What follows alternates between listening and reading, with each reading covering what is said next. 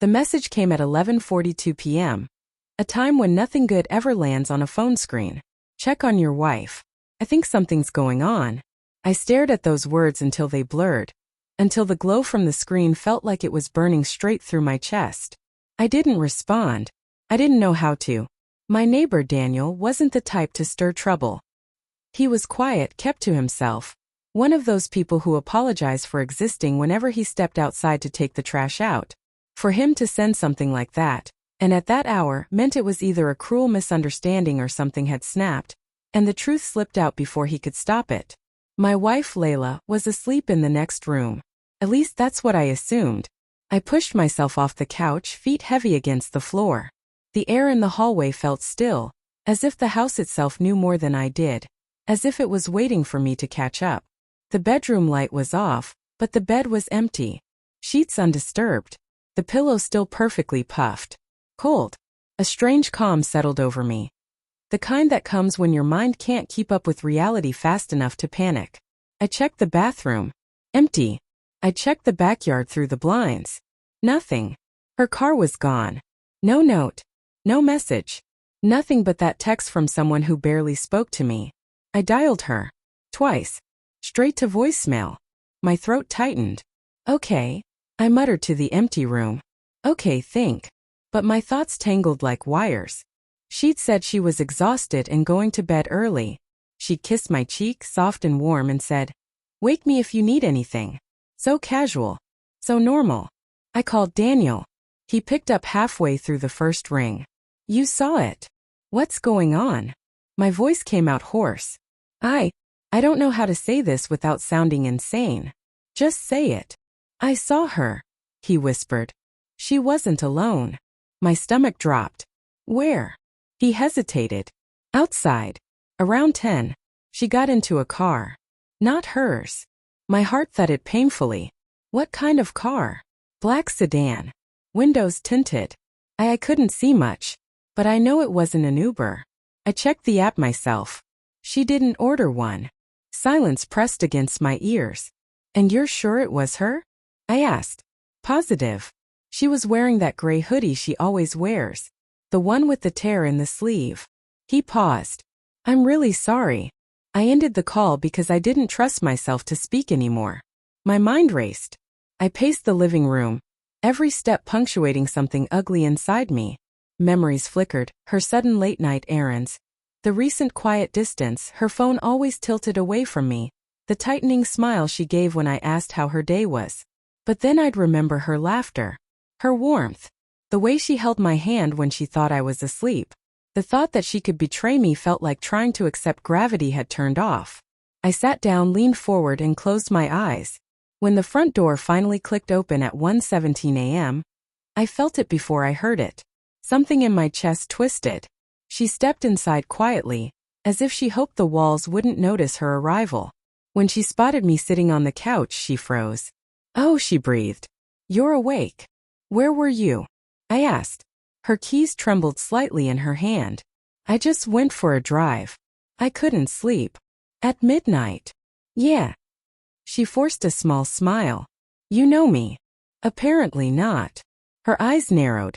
"What's that supposed to mean?" "I got a message tonight," I said, my voice low.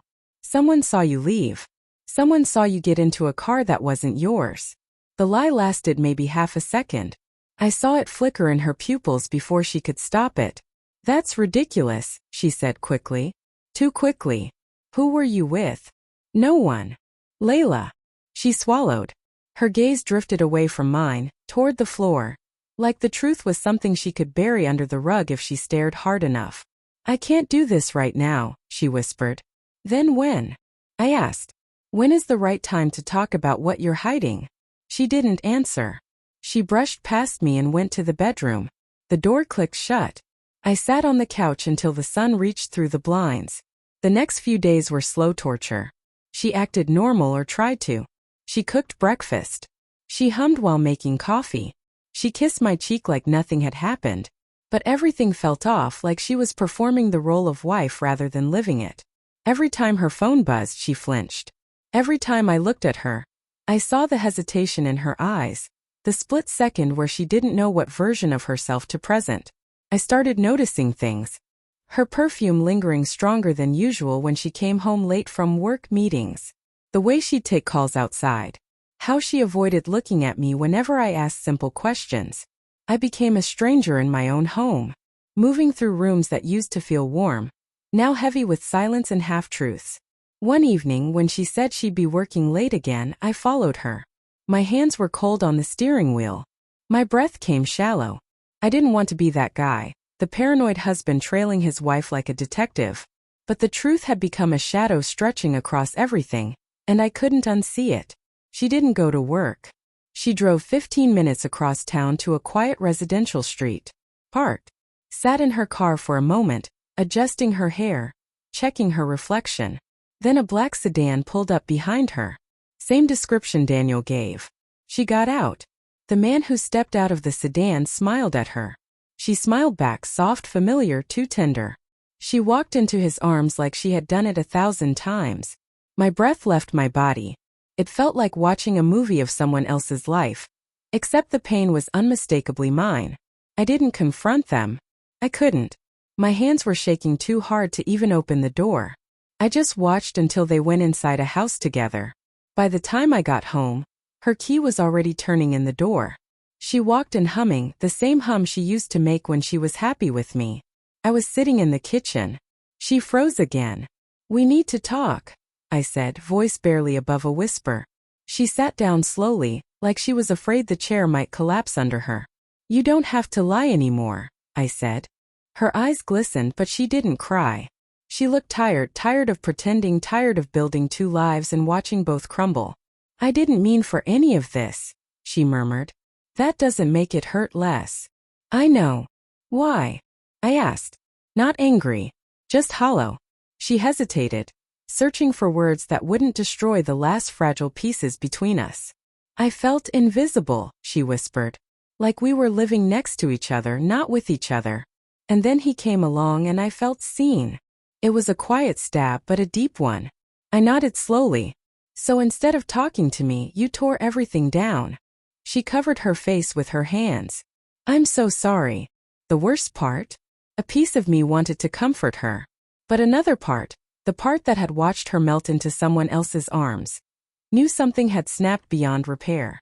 "I don't hate you," I said. "But I can't stay with someone who makes me feel like a placeholder." Her breath shuddered. "Are you leaving?" "I think we both know," I said softly. "We already did." The silence stretched. Heavy. Final. When I walked out that night with a single suitcase, she followed me to the door. Her eyes were red, but she didn't reach for me. Maybe she knew better. Maybe she knew it was too late. As I stepped onto the porch, I saw Daniel across the street, standing by his window. He didn't wave. He didn't look away. He just gave me a small, sad nod. The kind people give each other when they recognize a pain they wish they didn't have to witness. I nodded back. The door clicked shut behind me. And the night, for the first time in weeks, felt honest.